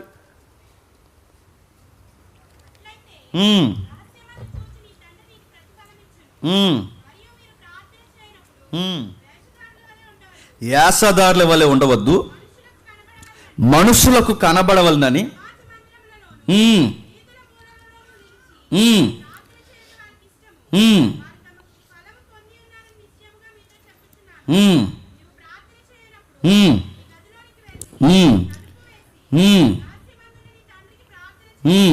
ఏడవచ్చును, క్షమించండి, ఏడవచ్చును. మరియు మీరు ప్రార్థన చేయనప్పుడు అన్యజనుల వలె వ్యర్థమైన మాటలు వర్షింపవద్దు. ప్రభు ఈ మాట మొదటి శతాబ్దంలో చెప్పేసరికి ఈ మాట వెనకాల ఉన్న బ్యాక్గ్రౌండ్ ఏంటో చెప్పిన, అన్యజనులు ఏం చేస్తారంటే విచారిస్తారు. దేని కొరకు విచారిస్తారు? దేని కొరకు విచారిస్తారంటే అదే 6వ అధ్యాయం 31 చూడండి. ఏమి తిందుమో చెప్పండి, ఏమి త్రాగుదుమో, ఏమి ధరించుకుందామని చింతింపకుడి, అన్యజనులు వీటన్నిటి విషయమై చెప్పండి. ఈ విచారించే ప్రాక్టీస్ని ఏమంటారంటే చెప్పండి, సోది. ఇప్పుడు చెప్పండి, ఆ రోజు సోదులో ప్రాక్టీస్ చేసి చెప్పిన, ఇది తినాలా తినకూడదా, ఇది తాగాలా తాగకూడదా, ఊరు వెళ్ళాలా వద్దా, రేపేం జరుగుద్దని అక్కడ చెప్తారు. అక్కడ కూర్చుని కొండ మీద, ఆ కొండ మీద గదిలోనే కూర్చుని చెప్తే వాడు చెప్పింది విచారిస్తారు, వెళ్ళాలా వద్దా, దేవుడు ఏం చెప్తున్నాడు మాకు, ఆత్మ ఏం చెప్తుందని చెప్తే ఆత్మ చెబుతుంది అన్నమాట. ఏమనంటే తినండి అని. చూడండి, ఇప్పుడు ఈ సోదిని ఆ రోజుల్లో ప్రాక్టీస్ అందుకే ప్రభువు అన్నాడంటే అన్యజనులు విచారించినట్టు విచారించదు. ఇది సోది ప్రాక్టీస్. ఇది ఇంకా ఏం చేస్తారు? ఈ సోది ప్రాక్టీస్లు ఏం చేస్తారంటే వీళ్ళు చేసే పాటించకుండా ఉన్నాయి. ఏమి తిందుమో, ఏమి తాగుదుమో, ఏమి ధరించుకుందామని వాళ్ళు విచారించి ఇవన్నీ చేస్తారు. మీరు అలా చేయకండి. మీకేం కావాలో అవి దేవునికి తెలియను, ఆయన మీకు టయానికి సిద్ధపరుస్తారు. మీరు ఎలాంటి సోది ప్రోగ్రాలు ఏమి వినకండి. అందుకే ఈ సోది అలవాటు అయిపోయి ఏంటో నాకు తెలియదు, కానీ పాస్టర్ గారి దగ్గరకు వచ్చి అడుగుతారు, దేవుడు మా కోసం ఏమన్నా చెప్పండి చెప్పాడా, మా కోసం ఏం చెప్పాడని. మీకోసం మాకు ఎందుకు చెప్తాడు? మా కోసం ఏమన్నా చెప్పాడని మీరు పదే అడిగితే చెప్తాం చెప్పాడని. ఏమని? త్వరగా వెళ్ళిపోమని చెప్పాడని చెప్తాం. అడుగుతాను, మీకోసం మాకు ఏం చెప్తాడు?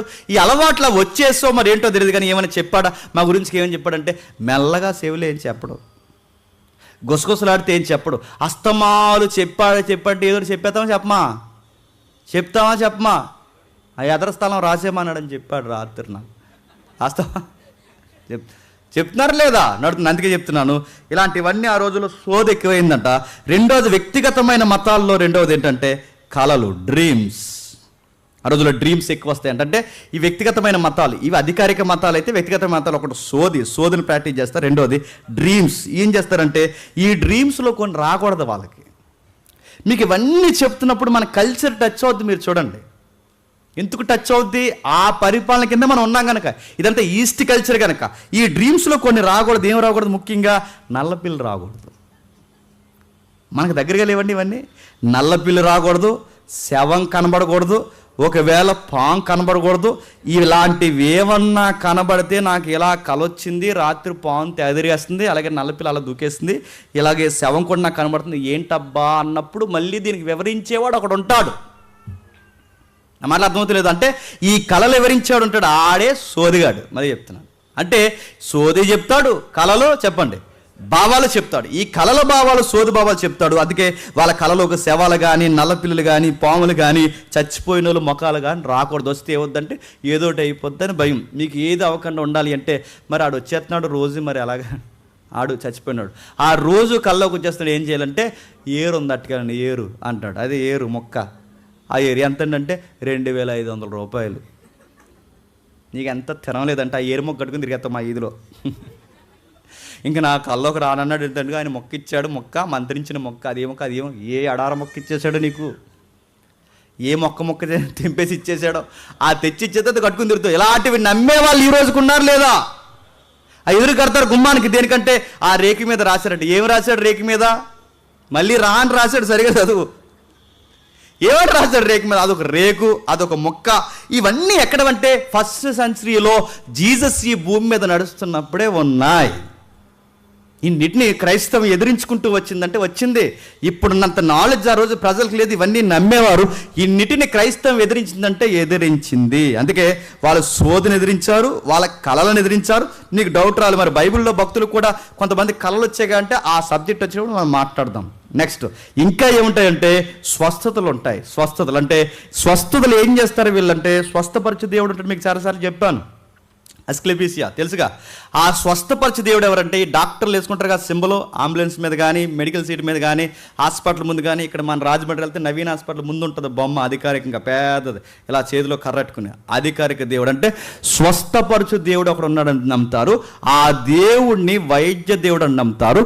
ఆ దేవుడి దగ్గరికి పోయి తగ్గిపోతుంది అనుకుంటే తగ్గిపోతుంది అనుకున్నారు. అందుకే ఈ తగ్గిపోతుంది అనుకున్న వాళ్ళందరూ ఏం చేస్తారంటే ఓ పుస్తకం పెట్టుకుని ఒకసారి అనుకున్న దాన్ని 100 సార్లు రాస్తారు. రాస్తే అయిపోద్దని. అందుకే మన వాళ్ళు కొంతమందికి బాగా అలవాడు. ఈ మంది కొంతమంది స్పీకర్లు ఉండాలండి, అలా అనుకున్న నోటితో అయిపోద్దంట, మంచే పలకాలంట. అలా అంటే అయిపోద్ది. అందుకే కొన్నిసార్లు మంచే పలకాలంట. పలకపోతే వీళ్ళు మారారు కానీ ఇంకేం మారలేదు చెప్పండి. ఆ మూలాలు ఇవి. అరే ఇవి విగ్రహారాధన సంబంధించిన సంగతి వీళ్ళకి తెలియదు. అందుకే వీళ్ళు ఏం చేస్తారంటే అయిపోతుంది అనుకుంటే అందుకే ఎప్పుడు ఏం పలకలంట? మంచే పలకలంట. అదిగో చూడండి, అదే వైద్యం మనకి వేస్తారుగా, ఆ అంబులెన్స్ మీద కానీ, హాస్పిటల్ ముందు కానీ, ఇవన్నీ వేస్తారుగా. ఇదే ఈ దేవుడు ఆ రోజులు ఉండేవాడు. దీన్నే అన్యజనుల వలె విస్తరించి మాట్లాడొద్దన్న దగ్గర ఈ దేవుడి ప్రస్తావన కూడా ఉంది. విస్తరించి అంటే చెప్పిందే మంచి మాట ఒకసారి అంటే అయిపోద్దని నమ్మకుంటే చూసారా, అనరా మళ్ళీ అని అనిపించుకుంటారు చూసారా. కొంతమంది ఉన్నారు కదా పుస్తకం రాసేవారు మొదటి నుంచి చివరి పేజ్ వరకు రాసిందే. ఏట్రీ ఎలా రాస్తున్నామంటే చివరికి రాసేసరికి ఆ పని అయిపోద్దంట. బుక్ అయిపోయింది, పని అవ్వలేదు. ఆయనే చూడండి, ఆయనే వైద్య దేవుడు. ఆ రోజుల్లో ఏం చేసేవారంటే స్వస్థపరిచే దేవుడు. అంటే మైండ్ని ప్రిపేర్ చేస్తారన్నమాట. మైండ్ ఎందుకు ప్రిపేర్ చేస్తారంటే తగ్గిపోద్ది అంటే తగ్గిపోద్ది అంటే మైండ్కి ఉండే గుణం ఏంటంటే ముందు మనకు మంచి జరుగుతుంది అని అనుకోవాలి బాడీలో. అది అనుకుంటే తగ్గుతుందని ఆ ప్రాక్టీస్, అంటే సైకలాజికల్గా ప్రాక్టీస్ అక్కడే పుట్టించారు. అందుకే చూడండి, డాక్టర్ గారు కూడా ఎంత పెద్ద రోగమైనా కానీ డాక్టర్ గారు రోగం చూసి ఏమంటారంటే పెద్దగా కదా, ఇలాంటి కేసులు చాలా చూశాను, తగ్గిపోద్ది అంటారు. నిజానికి ఆయన పెద్ద కేసు అని ఆయనకు తెలుసు, కానీ నేను మైండ్లో ప్రిపేర్ చేస్తాడు ఏమనంటే ఏం కదా ఇలాంటివి చాలా చూసాం, తీసి పడేస్తాం అంటాడు. అలా కాకుండా ఇదే ఎవరికి రాంది నీకు వచ్చింది అన్నాడు అనుకోండి, డాక్టర్ గారు మీరు అలా మాట్లాడకండి అంటాం అని మాట్లాడుతున్నాను. ఎవరికి రాని నీకు వచ్చింది, ఒకటి వచ్చి ఎవరైనా తీసుకొచ్చావా, జాయిన్ అవ్వాలి. మరి 3 రోజులు తర్వాత గడిసేవి చెప్తామంటే ఏమైపోతాం, అక్కడే 2 మోషన్స్ అయిపోయి చచ్చిపోతాం. అందుకే చెప్పండి, వైద్యులు ఉండే టెక్నిక్ ఏంటంటే ముందు మెంటల్గా ప్రిపేర్ చేస్తారు. ఇది 4వది. ఇంకేమున్నదంటే గారిడీలు, మ్యాజిక్ దేవుడు ఉన్నాడు. వ్యక్తిగతంగా ఇవన్నీ ప్రాక్టీస్ అనమాట. గారిడి అంటే మ్యాజిక్ చేస్తారు. ఇది దేనికి సంబంధించిందంటే వశీకరణం అంటాం చూసారు, వశీకరణం. ఇప్పటికీ ప్రాక్టీస్లో ఉన్నాయి వశీకరణం. ఇవన్నీ మనం చదువుతుంటే ఇవన్నీ గ్రీకులో ఉన్నాయా, ఇండియాలో ఉన్నాయా? మరి ఇవి చదువుతుంటే మనకి ఇవి ఎందుకు గుర్తొస్తున్నాయి? అవే ఇవి చెప్పండి, ఇవే అవి కనుక బాగా వినాలి, అర్థమవుతుంది. మ్యాజిక్ ఏదైతే ఉందో ఈ మ్యాజిక్ మళ్ళీ బ్యాక్గ్రౌండ్ ఏంటంటే గారిడీ చేస్తారు. అంటే గారిడీ లోపల ఏం చేస్తారు, వశీకరణం. అంటే అలా చూసి ఏదో చేసి దానికి ఒక బొమ్మ తయారు చేసి దానికి గుచ్చితే నొప్పి వచ్చిందా చూడు అదొక నొప్పి వస్తుంది అంటారు చూసారు. ఇది బొంద వస్తుంది, ఏమి రాదు. బొమ్మకు ఊసలు గుచ్చి దానికి తలంటికలు పెట్టి దానికి గోర్లు పెట్టి ఇంకా నాకు గుర్తురాలేదు దానికి పసుపు పెట్టి ముద్దెట్టి అదెట్టి ఇదెట్టి ఆడిని ఎలాగైనా అండర్లోకి తీసుకుని ఆడిని ఎలాగ అండర్లో తీసుకుంటారంట. అలా చూసి ఆడిని అండర్లోకి తీసుకుంటారంట. ఇలాంటి మ్యాజిక్లకి పెట్టింది పేరు ఎవడంటే అపోస్తుల కార్యంలో గారిడీ సీమ ఉంటాడు చూసారా, ఆడి వర్క్ ఇదే.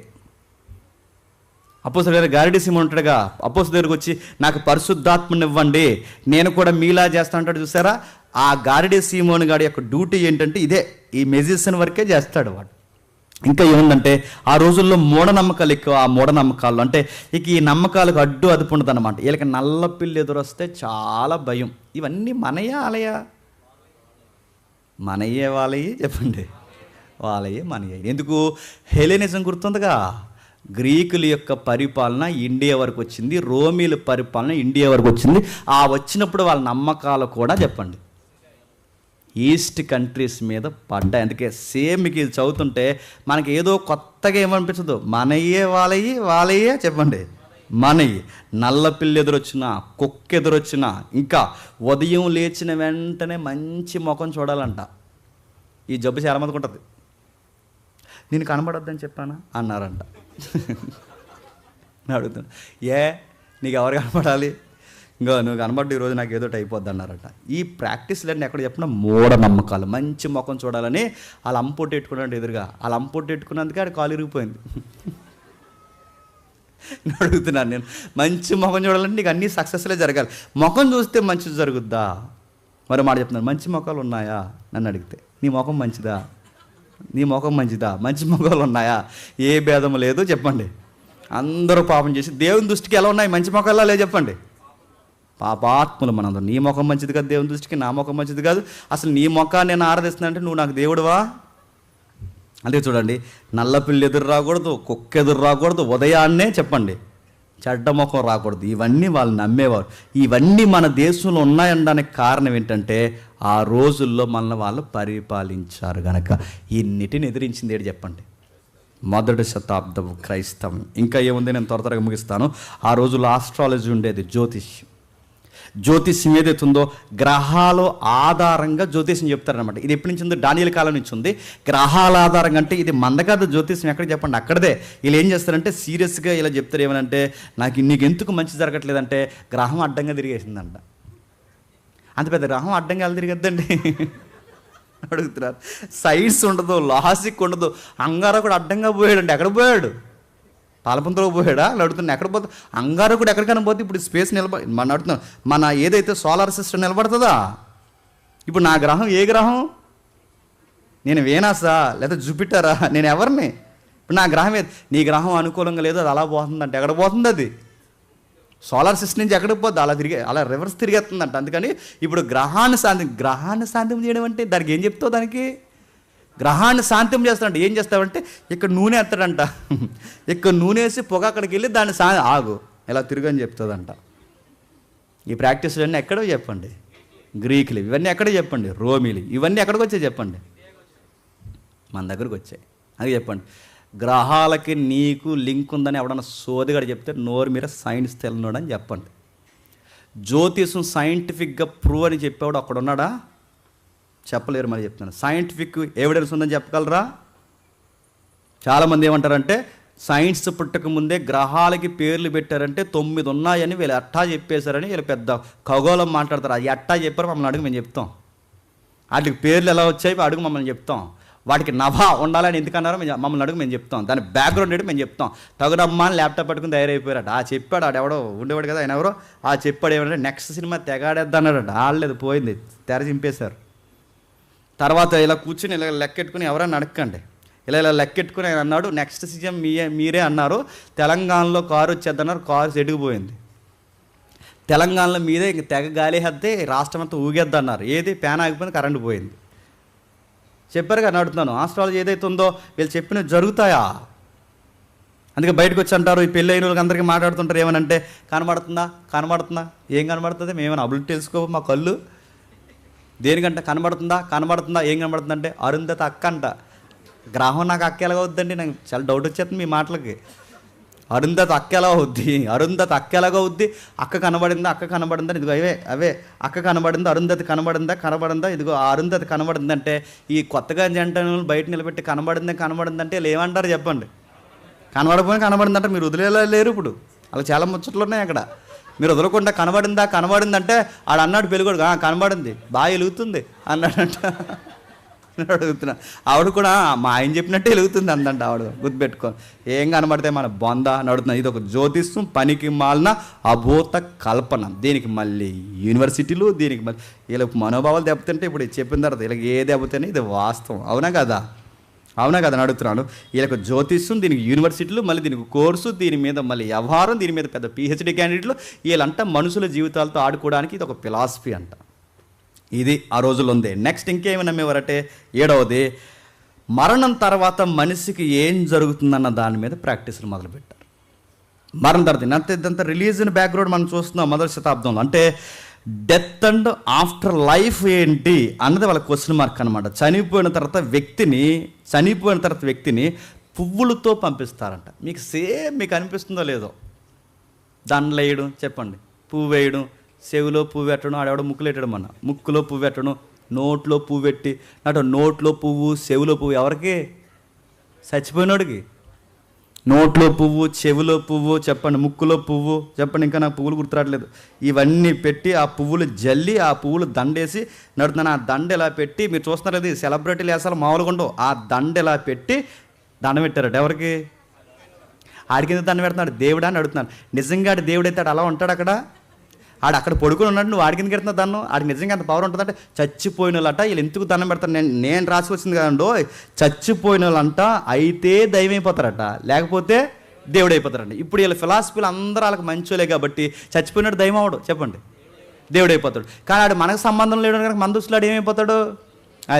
అదే మన బంధువు అయితే ఆడు దేవుడు అయిపోతాడు. మన బంధువు కాకపోతే పక్కింటాడు కాబట్టి చెప్పండి, ఇవన్నీ ఎక్కడే చెప్పండి, మనవే వాళ్ళవే చెప్పండి, వాళ్ళవే మనవే. అందుకే చూడండి, ఆ రోజుల్లో ఆఫ్టర్ డెత్ ఏం జరుగుతుందంటే మీరు బాగా వినండి, ఆడికి పూలతో సన్మానిస్తారు, ఊరేగిస్తారు, టపాసులు డప్పులు పేలుస్తారు, ఊరేగిస్తూ జనాలందరూ వెనకాల వెళ్తారు. ఇలా వెళుతున్నప్పుడు సరిగ్గా ఆడికి బరియలు చేసి, అంటే ఆడికి సమాధి కార్యక్రమం చేసి అక్కడి నుంచి చనిపోయిన రోజు చూసారా, ఆ చనిపోయిన రోజు నుంచి 9 రోజులు లెక్కెట్టి చెప్పండి సంతాప సభ పెడతారు. మీరు సీరియస్గా అక్కడికి వెళ్ళి చెప్పండి సంతాప సభలో కూర్చొని మీరు సువార్త చెప్పేదాన్ని అడుగుతాను. 9 రోజులకి ఎందుకు పెట్టారు?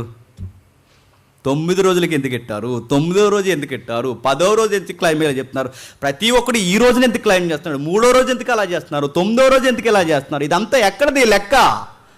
గ్రీకులది, రోమీలది. అంటే శవ కార్యక్రమం దగ్గర నుంచి ఆరాధన కార్యక్రమం వరకు, ఆరాధన కార్యక్రమం దగ్గర నుంచి నల్లపిల్లి వరకు, నల్లపిల్లి దగ్గర నుంచి నక్షత్రాల వరకు ఒక్కటి ఒరిజినల్ మంది ఉందా? అన్ని దిగుమతులే, అన్ని కాపీ పేస్ట్లే, అక్కడి నుంచి వచ్చినవి. అందుకు చూడండి, ఆ తర్వాత వాళ్ళు చేసేది ఏంటి చెప్పినా, ఆ తర్వాత రోమన్స్ కానీ వీళ్ళు కూడా ఏం చేస్తారంటే సరిగ్గా మళ్ళీ సంవత్సరానికి అదే రోజు చెప్పండి జ్ఞాపకార్థ గుడికి పెడతారండి. ఇవన్నీ మనయే వాళ్ళయండి, వాళ్ళయే. మనం సీరియస్గా చేస్తాం. అందుకే అప్పుడప్పుడు కొంతమంది క్వశ్చన్స్ అడుగుతారు, మేము దినం భోజనాలు తినొచ్చా 9వ రోజు అని అడుగుతారు. మనకి ఇవన్నీ తెలియక ఎందుకు తినకూడదు, ప్రార్థన చేసుకుని తినే అంటాం మనం. ఇవన్నీ మనకి హిస్టరీ తెలియక మనకు, కానీ ఇవన్నీ చెప్తే వింటారా? వినరు. ఇదిగో మేము వెళ్తున్నాం, శవానికి దండం పెట్టొచ్చా అని అడుగుతారు. శవానికి దండం పెట్టొచ్చా అని అడుగుతారంటే ఎక్కడ ఆ ఫిలాసఫీ? ఎందుకు అలాంటి క్వశ్చన్స్ వస్తున్నాయి వాళ్ళకి? శవం ఎదురు రాకూడదు, నల్లపిల్లి ఎదురు రాకూడదు, ఇలాంటి పూలమల్లు ఎదురు రాకూడదు. పైగా ఆ శవాన్ని ఊరేగిస్తున్నప్పుడు అవి తొక్కకూడదు. ఈ నమ్మకాలన్నీ అక్కడవే. చనిపోయిన తర్వాత సమాధికి రంధ్రం పెడతారట, సమాధులకి రంధ్రం పెడతారట. శవానికి అంటే క్షమించండి, సమాధికి ఎందుకు రంధ్రం పెడతారంటే మరి లోపల ఆడు బతికెత్తాడు కదా. నిజంగానే వాళ్ళ నమ్మకం, లోపల బతికినోడు ఎలా బతుకుతాడు? మనిషిగా బతకడు, బతికితే దయ్యంగానో చెప్పండి, బతికితే దేవుడిగాను. మరి దేవుడికైనా దయ్యానికైనా చెప్పండి ఆకలేస్తుంది కాబట్టి, ఆకలేసిన వాడికి మళ్ళీ శాంతింప చేయకపోతే ఆకలితో ఇంటికి వచ్చేస్తాడని చెప్పండి అక్కడ భోజనం పెడతారు అనమాట, ఆ కన్నంలో భోజనం పెడతారు. అందుకే చూడండి, ఇప్పటికీ శవాల దగ్గర ఇష్టమైన మాంసం కూర పెడతారా ఎట్రా? ఆడెవడు తినేస్తున్నాడు, మీరు వీడియో వచ్చింది మీరు చూసారు లేదో, ఆడికేమో ఆడు లెగిసి తింటాడని ఆడికి ఏలాడితే ఈడెవడు వచ్చి తినేస్తుంటే ఇప్పుడు శవం కూడా ఏమైపోవాలి. ఆ వీడియో చూసారు లేదు మీరు, ఆ బ్యాక్గ్రౌండ్ మ్యూజిక్ పెట్టారు మీరు చూసారు లేదో, ఆడు సెల్ఫీ వీడియో తీసుకుని మరి తినేస్తాడు. ఆ మాంసం ఎవడదు నీది కాదు, అంటే శవం దగ్గర కూడా తినేస్తున్నట్టు ఆ లోనన్నోడు నిజంగా వాళ్ళు అనుకున్నట్టే ఆడు దెయ్యమో దేవత అయితే మొక్క తినేస్తుంటాడు, ఏమైపోవాలండి. ఈ ప్రాక్టీసులన్నీ ఎక్కడవి అక్కడవే. అందుకే చూడండి, భోజనాలు ఎందుకు పెడతారు, పిండాలు ఎందుకు పెడతారు, ఆ కన్నాలు చేసి లోపలికి అలాగా ఆయిల్ ఏదోటి ఎందుకు పోస్తారు, అది ఏదోటి ఎందుకు చేస్తారంటే వాళ్ళ గ్రీకు ఫిలాసఫీ ప్రకారం, రోమన్స్ ఫిలాసఫీ ప్రకారం దేవుడో దెయ్యమో అవుతుంది, దేవతో దెయ్యమో అవుతుందని, ఆ ఆత్మ అవుతుందని, ఆ ఆత్మకి మళ్ళీ ఆకలేస్తే ఇంటికి కానీ వచ్చేస్తుందేమో అని చెప్పండి భోజనాలు పెడతారనమాట. కానీ విషయం ఏంటి చెప్పనా, ఆత్మ దెయ్యము అవదు, చెప్పండి ఆత్మ దేవత అవదు. తప్పు చేస్తే నరకానికి పోతాడు, ఒప్పు చేస్తే అబ్రహాము రొమ్మునికి పోతాడు, అంతే తప్ప ఈ మధ్యలో నీ ఇంటిపైకి పెట్టగోళ్ళ మీదకి రాడు. నీకు వచ్చినట్టు అనిపిస్తుందంటే నువ్వు సైకలాజికల్గా ఏదో మానసిక రోగం నీకు ఉంది, ఇక్కడే మానస హాస్పిటల్ ఉంది. నీకు ఏదో కనబడుతున్నట్టు అనిపిస్తా, నువ్వు ఏదో తేడా అయిపోయి ఈ మధ్య, నీకేదో నరం లూజ్ అయిపోయి ఉంటుంది ఈ మధ్య, నీకు కనబడి నీకు అన్ని డౌట్లు వచ్చేది, అదిగో వచ్చేస్తుంది, ఏది వచ్చేస్తుంది నీకు, అది వచ్చేస్తుంది అంటే నీకు ఏదో ప్రాబ్లం వచ్చింది నీకు కాదా చెప్పండి. ఇప్పుడు నాకు నిజంగా నేను చెప్తున్నాను, నాకు నిజంగా ఒక ప్రాబ్లం వచ్చింది. అప్పుడప్పుడు నాకు ఇలా తెల్లగా పోతుంటుంది, నిజంగానే ఇలా తెల్లగా పోతుంటుంది. ఇలా తెల్లగా పోతుందంటే ఏదో ఆత్మ పోతుందని కాదు, నాకు ఏదో రెటీనా ప్రాబ్లం వస్తుంది. ఎందుకంటే నాకు నిద్ర సరిపోవట్లేదు. ఆ నిద్ర సరిపోక అప్పుడప్పుడు మనకి, ఎందుకంటే ఇప్పుడు సురేష్ అయిన తమ్ముళ్ళు ఎవరైనా నాకు కనబడుతున్నారంటే అక్కడున్న ఏదైతే కాంతికరణం ఉందో అక్కడ పడి, ఆ కాంతికరణం మళ్ళీ నా రెటీనాలో పడితే అప్పుడు మీరు నాకు రిప్లై అవుతే అప్పుడు మీరు నాకు కనబడతారు. కానీ ఒక కణం అలా పోతుంది, కాంతికణం ఎక్కడికో, అందుకు నాకు తెల్లగా ఉంది అంటే రిప్లై రావట్లేదు. అంటే నాకు నిద్రలేమి వల్ల నాకు జరుగుతున్న ప్రాబ్లమ్స్ ఇవి, మన సైకలాజికల్ ప్రాబ్లమ్స్ అవుతాయి. కానీ అది వచ్చాడు మన చచ్చిపోయాడు, ఆ ఊరేసుకున్నప్పుడే నాకు డౌట్ వచ్చిందంటే నీకోసం వేసుకుని ఉంటాడు కాదు చెప్పండి. ఇలాంటివన్నీ ఉండో. మళ్ళీ చెప్తున్నాను, చచ్చిపోయినాడు వెళ్తే నరకానికి పోతాడు, లేదా చెప్పండి క్షమించండి అబ్రహాము రొమ్మును ఆనుకోవడానికి వెళ్ళిపోతాడు. నేను ముగిస్తున్నాను. నెక్స్ట్, మరి యూదుల యొక్క శవ కార్యక్రమాల్లో బరియల్లో వాళ్ళు ఏం చేస్తారంటే, ఇవన్నీ మత సంబంధమైనవి, వాళ్ళు ఏం చేస్తారంటే ముందు శవాన్ని శుభ్రంగా చేస్తారు. శవాన్ని శుభ్రంగా చేసి వాళ్ళు ఏం చేస్తారంటే ఒక నారబట్ట కడతారు. ఆ నారబట్ట కట్టి చాలా గౌరవపదంగా పాటలు పాడుతూ తీసుకెళ్ళి అందులో పెడతారు. ఈ టైంలో వాళ్ళు ఏం చేస్తారంటే, డబ్బు ఎక్కువ ఉందనుకోండి, డబ్బు ఎక్కువ ఉన్న వాళ్ళు ఏం చేస్తారంటే రాతి సమాధులు తవ్వించి సమాధి అందులో పెడతారు. డబ్బులు లేని పేదోళ్ళు మనలాంటి వాళ్ళు ఏం చేస్తారంటే చెప్పండి మట్టిలో కప్పెడతారు. అంటే నార్మల్గా సమాధి చేశారంటే డబ్బులు లేని వాళ్ళు, అదే రాతి సమాధిలో పెట్టారంటే చెప్పండి డబ్బులు ఉన్నారు. ఇప్పుడు చెప్పండి, యేసుప్రభు వారిని సమాధిలో పెట్టారు, యేసుప్రభు వారిని రాతి సమాధిలో పెట్టారంటే ఆ సమాధికి వాండర్ ఎవరు? అరిమతయి యోసేపు. ఆయన గురించి ఏమని రాశారు ఒకసారి మీరు చదవండి, మనకు సందర్భం వచ్చింది ఒకసారి చదవండి. మత్తయి సువార్త 27వ అధ్యాయం, మత్తయి సువార్త 27వ అధ్యాయం, త్వరగా మత్తయి సువార్త 27వ అధ్యాయం 57వ వచనం నుండి.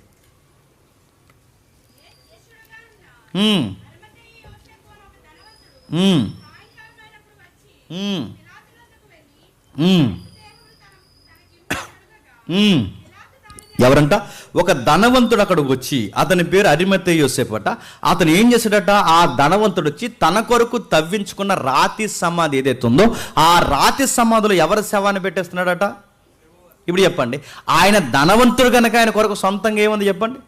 రాతి సమాధి. అంటే ఆ రోజుల్లో రాతి సమాధులు ఎవరు మెయింటైన్ చేసేవారంటే ధనవంతులు మెయింటైన్ చేశారు. మరి ప్రభువు ధనవంతుడు అంటే ధనవంతుడు కాదు, మరి ఆ సమాధి ఈయనకి ఎలా వచ్చిందంటే అది అరిమతయి యోసేపు సమాధి కనుక ప్రభువుకి ఆ సమాధి కార్యక్రమంలో రాతి సమాధి దొరుకుతుంది. మినిమం ఆ రాతి సమాధిలో 3 పెడతారంటే 3 శవాలను పెట్టుకోవచ్చు. అలా సౌలభ్యంగా ఆ సమాధిని రెడీ చేస్తారు. ఆ తర్వాత ఇంకా ఏం చేస్తారు, శవాన్ని ముందెట్టుకుని ఆ కాళ్ళ దగ్గర తల దగ్గర ఒక దీపం పెడతారంట. ఇది మనకు కూడా వచ్చింది, క్యాండిల్స్ వెలిగిస్తున్నాగా. ఈ తల దగ్గర దీపము, అంటే దీపం కాళ్ళ దగ్గర తల దగ్గర పెడతారట. ఆ తర్వాత ఏం చేస్తారంటే ఈ చనిపోయిన దగ్గర ప్రొఫెషనల్గా ఏడ్చేవాడిని తీసుకొస్తారంట. ఎందుకు అలా ఏడాలి? ఎక్కడుంది అది చూడండి ఒకసారి. ఇవన్నీ బైబిల్లో ఉన్నాయి, ఒకసారి చూడండి. మత్తయి సువార్త 9వ అధ్యాయం, మత్తయి సువార్త 9వ అధ్యాయం, మత్తయి సువార్త 9వ అధ్యాయం 23వ వచనం, మత్తయి సువార్త 9వ అధ్యాయం 23వ వచనం. అక్కడ యాయిరు కూతురు ఒక 12 ఏళ్ళ ఆడపిల్ల చనిపోయింది. ఆ చనిపోయిన దగ్గర ఏం జరుగుతుందో చూడండి కల్చర్. అంతలో యేసు అధికారి ఇంటికి వచ్చి పిల్లను గ్రోవులు వాయించి వారిని ఎవరంటే గొల్లు చేసుడు ఈ గొల్లు చేసే జనసమూహము ఈ పిల్లన గ్రో బ్యాచ్ డబ్బులు ఎట్టి పిలిపించుకుంటారంటే వీళ్ళని. దేనికి? మా ఇంట్లో ఒకరు చనిపోయారా చెప్పండి, ఏడనరా అని పిలిపిస్తారంటే వాళ్ళు ఎందుకు అలా చేస్తున్నారంటే ఆ రోజు చనిపోయిన కుటుంబానికి అది వాదార్పు అంట. ఏంటది? వాదార్పు. అంటే ఆ రోజుల్లో వాళ్ళు ఏం చేస్తారు, ప్రొఫెషనల్ అంటే చాలా చాలా అర్థవంతంగా ఏడుస్తారనమాట. వాళ్ళు ఏడుస్తుంటే ఏడుపు ప్రాణాలు కూడా ఏడుపు వచ్చేద్ది అనమాట. నిజానికి అలా చుట్టం కాదు పట్టం కాదు. ఆడ అలా ఎందుకు ఏడుచేస్తున్నాడు? మరి అమౌంట్ తీసుకున్నాడు ఆడు వెనకాల, అది కదా అది ఆ వెనకాల ఏడుస్తుంటాడు. వచ్చి ఆ సంగీతకారుడు ఎవరైతే ఉన్నారో ఆ సంగీత అలా ఫ్లూట్ ఊతాడట. పిల్లను గ్రోవ్ అంటే ఫ్లూట్కి మూలం అనమాట, ఇలా రింగ్లా ఉంటుంది, దాన్ని అలా కీ అని ఊతుంటే ఆ ట్యూన్ మీద ఇలా చాలా ప్రొఫెషనల్గా ఏడుస్తాడంట. ఆ ట్యూన్కి చెప్పండి ఈ కోన అదే ఈ ఏడుపుకి రెండింటికి మ్యాచ్ వద్దనమాట. అలా ఏడుస్తుంటే ఆ శవం ముందు యూదులందరూ బిడ్డ చచ్చిపోయింది అలా మరి అనుకుంటారనమాట. ఇదంతా ఎప్పుడు జరుగుతుంది చెప్పండి? మొదటి శతాబ్దంలో జరుగుతుంది. ఎందుకు ఇవి పెట్టారంటే దీని బ్యాక్గ్రౌండ్ ఏంటి చెప్పనా? ఎందుకు ఇవి పెట్టారంటే వాదార్పు కోసం పెట్టుకున్నారంట. దేనికి వాదార్పు? సంగీతం ద్వారా, ఏడుపుల ద్వారా, ఊరి జనాంగం ద్వారా వాదార్పు వస్తుందని పెట్టుకున్నారట.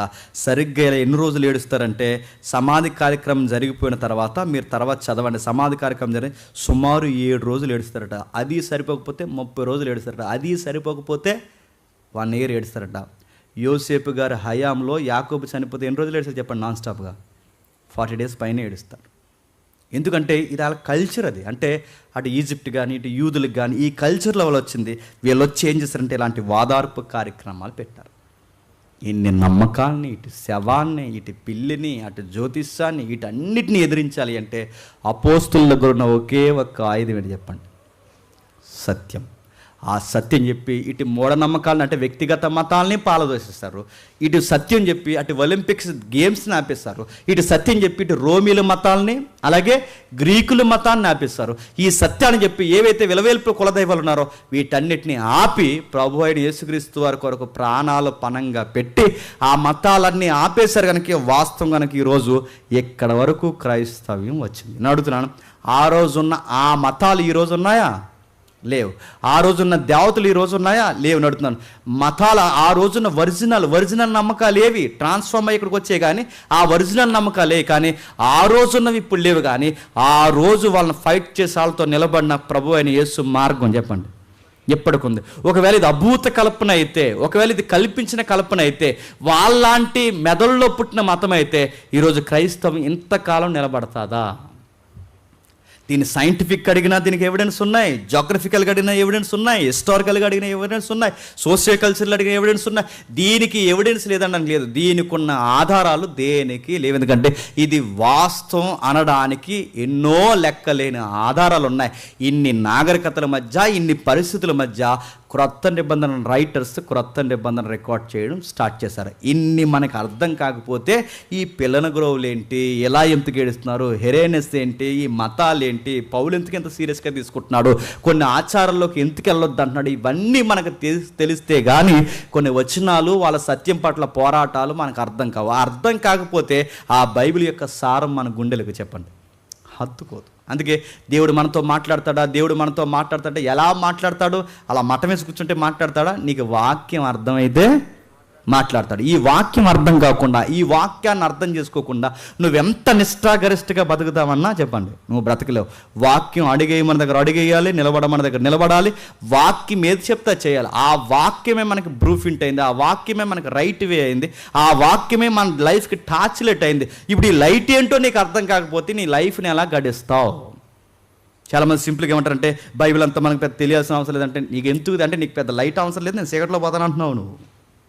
బైబిల్ అంతా ఆ గత కాలంలో చాలామంది కామెంట్ చేశారు, సంఘానికి పెద్ద లోతైన జ్ఞానం అవసరం లేదంటే, లోతైన జ్ఞానం అవసరం లేకుండా విశ్వాసి ఎలా బలంగా నడుస్తాడు, ఇన్ని తెలియాలంటే ఖచ్చితంగా తెలియాలి. ఇవి తెలియాలనే దేవుడు ప్రతి దాన్ని రాయించాడు. ఇవి తెలియకపోతే మనకు నడవడం తెలియదంటే నడవడం తెలియదు, ఏదో ఒక నమ్మకంలో కొట్టుకుపోతావు. అది ఇది మూఢనమ్మకం నీకు తెలియకపోతే కొట్టుకుపోతావు. కళలు నమ్ముతావు, దర్శనాలు నమ్ముతావు, రకరకాల విషయాలు నమ్ముతావు, ఇదిగో మూఢనమ్మకాలు నమ్ముతావు, ఇలాంటి ఏదైనా జంతువులు వస్తే నమ్ముతావు, ప్రతి దానికి భయపడుతుంది. ఇవన్నీ నీకు తప్పు అని తెలిసినప్పుడుగా నీ దేవుడిని బలంగా నమ్ముతావు. నీ కళ వస్తే భయం, ఎదురుగా ఎవరన్నా వస్తే భయం, అన్నీ నీకు భయాలతో బిక్కుమని చచ్చిపోతున్నావు అంటే నీ ప్రభువు ఏంటో నీకు అర్థం కాలేదు, నీకు సత్యం ఏంటో నీకు అర్థం కాలేదు. నీకు అర్థమైనప్పుడు, ఇవన్నీ ఫేక్ అని నీకు అర్థమైనప్పుడు నీ విశ్వాసాన్ని చాలా స్ట్రాంగ్గా చెప్పండి, నిలబడతావు. చాలామంది అంటారు ఈ దారి అంటే వెళ్ళకండి అంటారు. ఎందుకు వెళ్ళకూడదు? నువ్వు చెబుతావు, ఎందుకంటే నీకు సత్యం అంటే ఏంటో తెలుసు. వాళ్ళు చాలామంది అంటారు లేదండి రాత్రులు కళ రాకూడదండి. ఎందుకు రాకూడదు? రకరకాలు చెప్తారు. వాళ్ళు ఏవేవో నమ్ముతారు, వాళ్ళు ఏటేటుకో భయపడతారు. చర్చకు వచ్చి ఇన్ని సంవత్సరాలు కూర్చొని 10 ఏళ్ళు 20 ఏళ్ళు చర్చలో కూర్చొని ఇలాంటివి ఎప్పటికీ నువ్వు నమ్ముతున్నావంటే నీ సత్యం నీకు అర్థమైంది, నీ చేతిలో ఉన్న గ్రంథం నీకు అర్థమవుతుందా? అదే చెప్పండి. బయట ఉన్న నమ్మకాలకి మన దగ్గర సమాధానం లేకపోతే వాళ్ళు చెప్పింది నువ్వు వింటావు, నువ్వు చెప్పింది వాళ్ళు వినే రోజులు పోతాయి. వాళ్ళు చెప్తే చెప్పండి నువ్వు వినే రోజులు వస్తాయి. అందుకే చెప్పండి అన్నిటినీ మతాలు అన్నారు. యేసుప్రభుది మార్గం అని ఎందుకన్నారు చెప్పిన?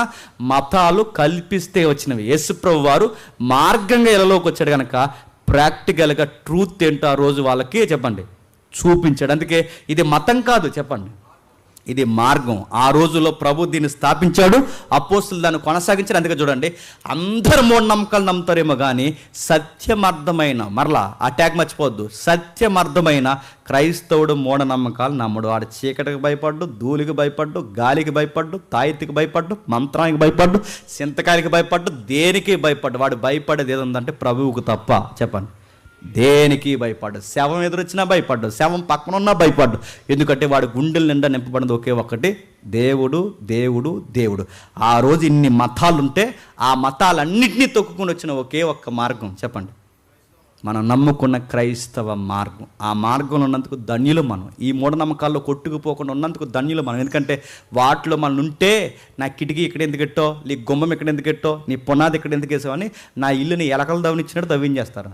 నేను అవి నమ్మను. ఎందుకంటే నాకు దిక్కులు దేవుళ్ళు కాదు, నాకు అన్ని దిక్కులకు కారణమైన నా దేవుడే నాకు నిలువెత్తు దిక్కయ్యాడు కనుక అన్నిటికీ ఆధారమైన ఆ దేవుడిని నేను నమ్ముతున్నాను కనుక దేవుడు అన్నాడు వ్యర్థముగా అన్యజనులు విచారించినట్టు ఏమి తిందుమో ఏమి తాగుదామని వీటి కొరకు ఫిలాసఫీ ఎదకండి. మీకు ఏం కావాలో నాకు తెలుసు, మొదట నా రాజ్యాన్ని నీతిని ఎదకండి, వీటి నమ్మకాలకు దూరంగా ఉండండి. అప్పుడు అవన్నీ ఏవన్నీ ఇల్లు కావాలా, వాకులు కావాలా, బట్టలు కావాలా, ఆరోగ్యం కావాలా, నేను ఇస్తా. నా వైపు చూడండి, మూఢనమ్మకాలకు చెప్పండి దూరంగా ఉండండి. దేవుడు మిమ్మల్ని దీవించును గాక.